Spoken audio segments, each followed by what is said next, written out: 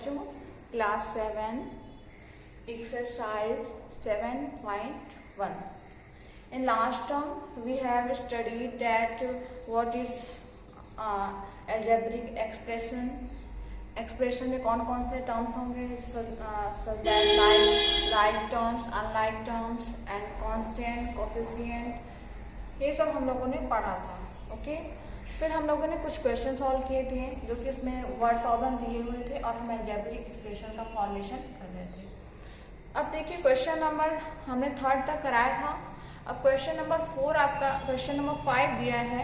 4 भी सेम तरह से है. 5 है what is algebraic expression. Algebraic expression आप जानते ही हैं, हम लोगों ने अभी राइट किया था. 6 क्या है. अब 7 देखिए, dry tree diagram for the following expression 6y plus 6y. Tree diagram करना है 6y प्लस 19z². देखिए आपको ये जो क्वेश्चन दिया हुआ है इसमें आपको ट्री डायग्राम बनाना है इस अलजेब्रिक एक्सप्रेशन का. ये अलजेब्रिक एक्सप्रेशन जो बनाना है आपको, देखिए पहले हम क्या करेंगे, इस तरह से हमने राइट कर दिया टर्म्स. इसमें टर्म्स कितने हैं, 2 टर्म्स हैं, 6y and 19z².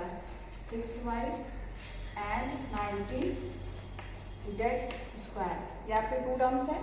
6y and 19z², ये 2 टर्म्स हैं. अब हम इनके फैक्टर्स लिखें. इनके फैक्टर्स क्या हैं, एक फैक्टर 6 है, एक फैक्टर y है. हम जानते हैं कि फैक्टर्स क्या होते हैं, जो 2 आपस में मल्टीप्लाई होते हैं वो दोनों फैक्टर्स होते हैं. तो ये हमारे 6 और y फैक्टर्स होते हैं. इसके फैक्टर्स क्या हैं, 19 z एंड z.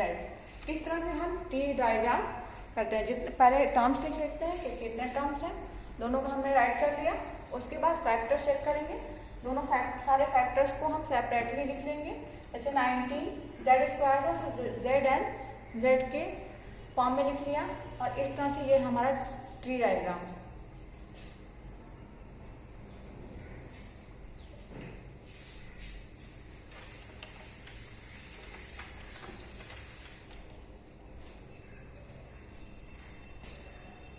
इसी तरह से आप देखिए 3x²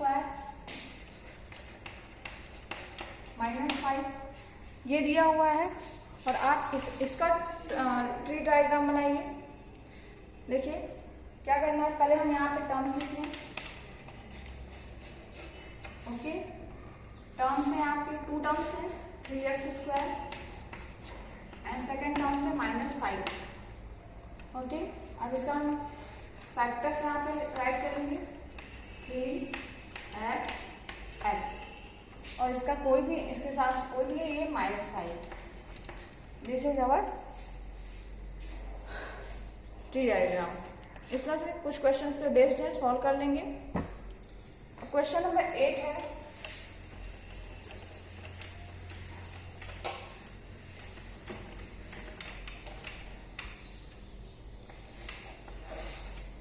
क्वेश्चन नंबर 8 है, right the numerical coefficient of the terms other than constant. जो भी हमारे अलजेब्रिक न्यूमेरिकल कोफिशिएंट हैं किसी टर्म्स में, वो हमें राइट करना है ऑफ द फॉलोइंग एक्सप्रेशन. देखिए आपका टर्म्स लिखना है a plus 2b plus 3c plus 4d. Okay, ये आपका अलजेब्रिक एक्सप्रेशन दिया हुआ है और हमें इसमें क्या लिखना है, कोफिशिएंट. कोफिशिएंट ये देखिए, ये क्या हो गया आपका, ये हमारे लेटर्स नंबर्स होते हैं, जैसे x, y, z, a, b and c. Okay, तो इनके बगल में जो कोफिशिएंट होगा वही हमारा कोफिशिएंट होगा. तो हमारा कोफिशिएंट क्या होगा, यहाँ पे 1, 2, 3 एंड 4. ये सब हमारे अलजेब्रिक एक्सप्रेशन के कोफिशिएंट है 1, 2, 3 एंड 4। तो कोफिशिएंट अगर आपको लिखना है तो इस तरह से 1, 2, 3 एंड 4 राइट कर लेंगे। नेक्स्ट देखिए जैसे दिया हुआ 4m² माइनस 81। ओके, तो इसमें कोफिशिएंट क्या होगा, देखिए हमको कांस्टेंट टर्म का नहीं लेना है, हमें सिर्फ इन वाले टर्म्स का लेना है। तो हमारे m² कोफिशिएंट क्या है 4, तो this will be our coefficient of the expression 4m² minus 81। Constant term का उसने कहा है, कांस्टेंट टर्म को छोड़ देना है, कांस्टेंट टर्म छोड़ दिया हमने और 4m² में से 4 हमने कोफिशिएंट ले लिया।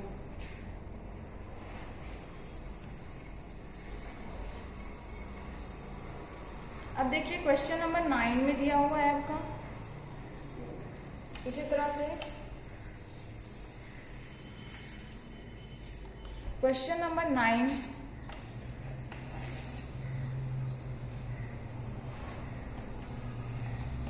क्वेश्चन नंबर जो 9 है आपका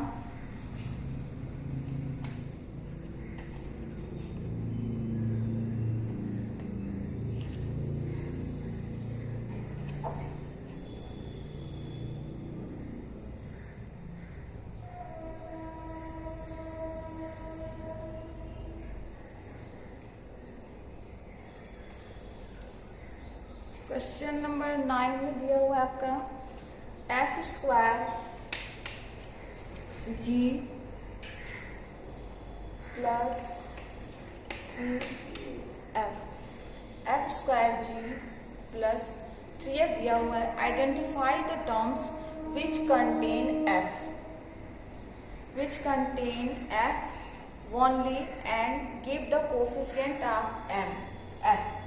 मतलब कि ऐसा हमें वो राइट करना है, हमें ऐसा कोफिशिएंट लिखना है जिसमें कि केवल f हो।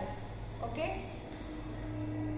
और हमें कोफिशिएंट ऑफ f इसमें हमें फाइंड आउट करना है। कोफिशिएंट ऑफ f फाइंड करना है। देखिए f² g प्लस 3f है, तो इसमें हमें अगर कोफिशिएंट ऑफ f फाइंड करना है तो क्या करेंगे, एक है f² और एक है आपका f। तो हम इस तरह से इसमें ये देखेंगे कि पहले कोफिशिएंट ऑफ f है कहाँ। अब देखिए ये तो है f² g और ये आपका है f, तो कोफिशिएंट ऑफ f क्या होगा 3।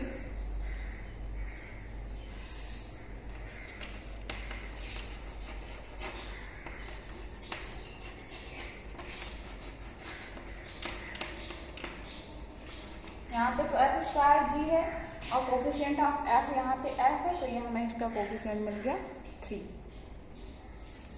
नेक्स्ट है आपका क्वेश्चन नंबर बी। देखिए minus 8f g plus 7g minus 4, ये आपका एक्सप्रेशन दिया हुआ है और इसमें भी हमें क्या करना है, ये f है, इसमें भी हमें क्या करना है कि जिसमें केवल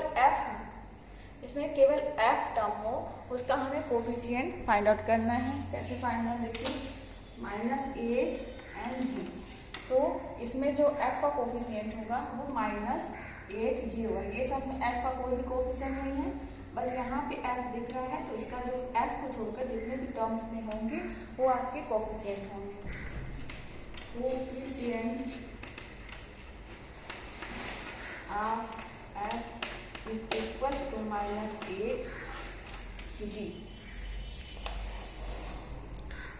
देखा आपने, ऐसे ये आपका अलजेब्रिक एक्सप्रेशन दिया हुआ है और आपके बुक में कह रहा है कि जो आपका f का जो कोफिशिएंट है वो हमें फाइंड आउट करना है। तो हम पहले देखेंगे कहाँ पे f है, तो यहाँ पे f है, तो f के अलावा जितने भी इसमें टर्म्स होंगे या फिर वो होंगे वो हमारे सारे कोफिशिएंट होंगे। तो f को छोड़ के -8 है और g है, तो ये -8g will be the coefficient of f। Next इसी तरह से आपका क्वेश्चन है 4 प्लस जी स्क्वायर।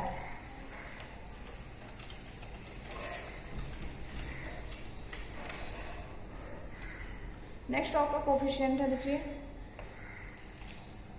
4 प्लस जी स्क्वायर एफ। अगर इसमें देखें कि एफ का कोफिशिएंट क्या है, तो ये होगा आपका G square will be the coefficient of F. इसी तरह से आप देखिए डी पार्ट में, डी क्या है 16 एफ जी एच प्लस 25। और अगर हम इसमें एफ कोफिशिएंट लेंगे तो क्या हो जाएगा 16 जी एच। एफ को छोड़कर जितने भी टर्म होंगे कोफिशिएंट होंगे, तो ये हमारा हो जाएगा 16 जी एच। नेक्स्ट क्वेश्चन है 10, classify the following as monomials, binomials, trinomials और क्वाड्रिनोमियल्स। क्वेश्चन नंबर आपका 11 दिया हुआ है। क्लासिफाई करना है कुछ एल्जेब्रिक एक्सप्रेशन, कुछ टर्म, कुछ एग्जेब्रिक एक्सप्रेशन दिए हुए हैं, जिसमें आपको बताना है कि ये मोनोमियल्स हैं, बाइनोमियल्स हैं, ट्राइनोमियल्स हैं और क्वाड्रिनोमियल्स हैं। देखिए 6x माइनस 13y। देखिए हम लोगों ने पढ़ा, अगर किसी भी पॉलिनोमियल में हमारे 2 टर्म्स हैं, 2 अनलाइक टर्म्स हैं, तो दिस विल बी हमारा मोनोमियल का डेफिनेशन क्या था, मोनोमियल। बाइनोमियल का डेफिनेशन ये था कि if the expression containing 2 unlike terms, देखिए 6x है और 13y है, यहाँ पे 2 अनलाइक टर्म्स हैं, hence this will be binomial. ये आपका बाइनोमियल है। इस तरह से नेक्स्ट है आपका 5n माइनस 5m n की power 3 plus n square plus 4m minus 5। देखिए ये आपका एक्सप्रेशन दिया हुआ है। अगर इस तरह से ये आपका एक्सप्रेशन दिया हुआ, तो इसमें हम देख रहे हैं कितने टर्म्स हैं, 1 2 3 4। The expression containing 4 unlike terms, हमारा डेफिनेशन ये था कि अगर किसी एक्सप्रेशन में 4 अनलाइक टर्म्स हैं तो दिस विल बी क्वाड्रिनोमियल। तो ये क्या है आपका 4 टर्म्स है इसमें, तो ये हमारा हो जाएगा क्वाड्रिनोमियल। ये है आपका क्वाड्रिनोमियल। देखिए इसमें 2 टर्म्स हैं, 2 अनलाइक टर्म्स, तो दिस विल बी बाइनोमियल। इसमें 4 टर्म्स हैं, तो दिस इज क्वाड्रिनोमियल। नेक्स्ट है आपका देखिए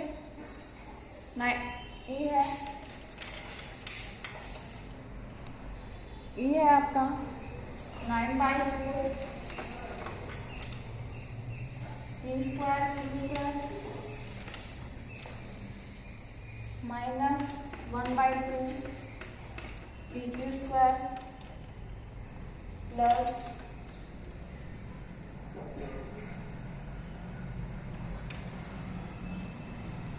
3/7 pq स्क्वायर। देखिए ये आपका क्वेश्चन दिया हुआ है कि 9/4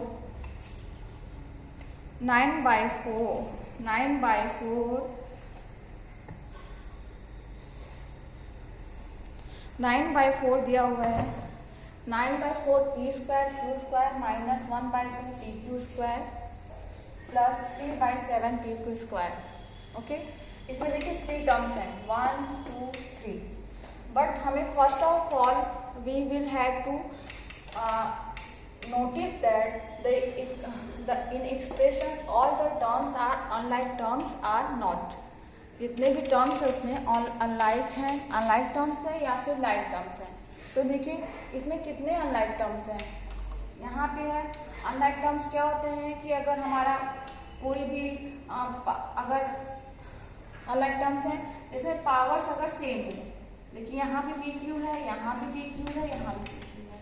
ओके, तो ये तो सब सेम है, बट देखिए पावर डिफरेंट है। यहाँ पे p स्क्वायर q स्क्वायर है, तो ये अपना आपका 1 अनलाइक टर्म हो गया। यहाँ पे क्या है, ये है आपका second unlike term, P Q square यहाँ भी है, पी क्यू स्क्वायर यहाँ भी है। लेकिन ये देखिए दोनों लाइक टर्म्स हैं, तो हम क्या करेंगे, पहले ये दोनों को हम ऐड कर लें। ओके, दोनों को हम एक मतलब इसको हम चेंज कर लें। तो 9/4 P square Q square P square Q square plus P Q square. हमने देखिए यहाँ से कॉमन ले लिया पी क्यू स्क्वायर, तो यहाँ पे बचा 3/7, ये प्लस था इसलिए हमने पहले इसको इस लिया है, और ये होगा आपका -1/2। 9/4 P square Q square plus P Q square. आप इसको बिना सॉल्व किए भी कर सकते हैं। 2 3 + 6 -7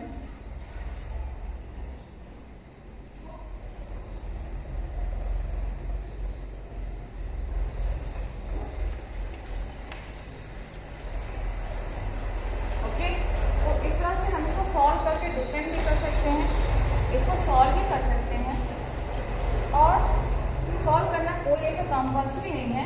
हमारा डिफिनेशन ये था कि अगर कोई एक्सप्रेशन हमारा ऐसा कोई डिफिनेशन ये था कि हमारे जो एक्सप्रेशन में जितने भी अनलाइक टर्म्स होंगे, तो अनलाइक टर्म्स में डिपेंड होगा कि ये हमारा मोनोमियल है, बाइनोमियल है, ट्राइनोमियल है या फिर क्वाड्रिनोमियल।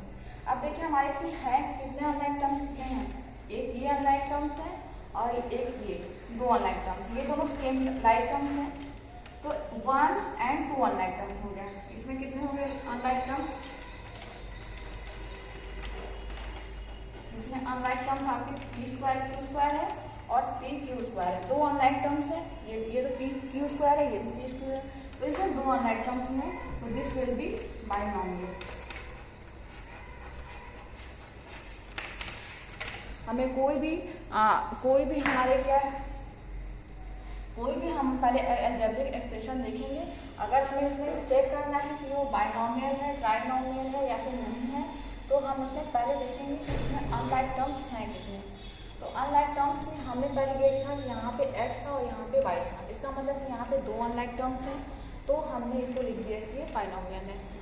इसमें हमने देखा कि देखिए सेम यहाँ पे n यहाँ पे सेम है, बट यहाँ पे डिफरेंट पावर्स हैं 3 2 1, तो ये हमारे सारे जो हैं वो अनलाइक टर्म्स हैं। तो ये हमारे 1 2 3 4, ये हमारा हो गया क्वाड्रिनोमियल्स। अब ये इक्वेशन में हमने देखा कि यहाँ भी पी क्यू स्क्वायर, यहाँ भी पी क्यू स्क्वायर, मतलब ये दोनों तो सेम हो गए, पी क्यू स्क्वायर एक टर्म हो गया और P square Q square second term हो गया। तो ये दोनों हमारे क्या है, इसमें केवल 2 अनलाइक टर्म्स मिले, तो this will be your binomial expression, binomial.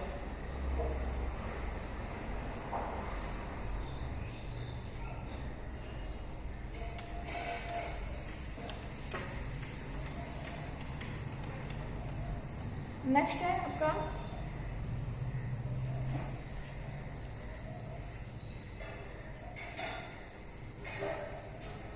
F दिया हुआ है, देखिए आपका 10,000 में, ये आपका मोनोमियल है।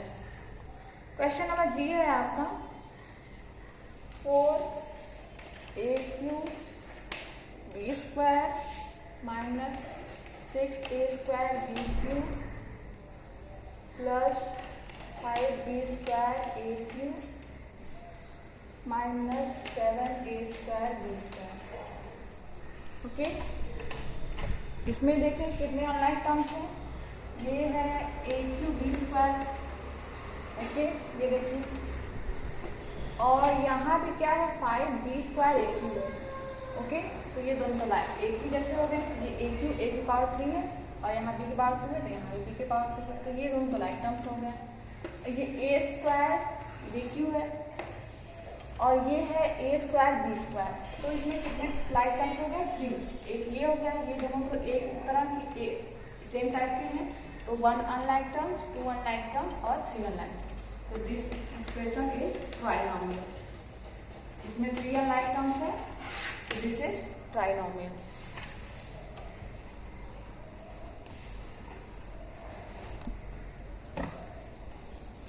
तरह से हम लोगों ने आज देखा कि व्हाट एक्सप्रेशन कोई दिया होगा तो बाइनॉमियल, ट्राइनॉमियल, क्वाड्रिनॉमियल कैसे चेक करेंगे।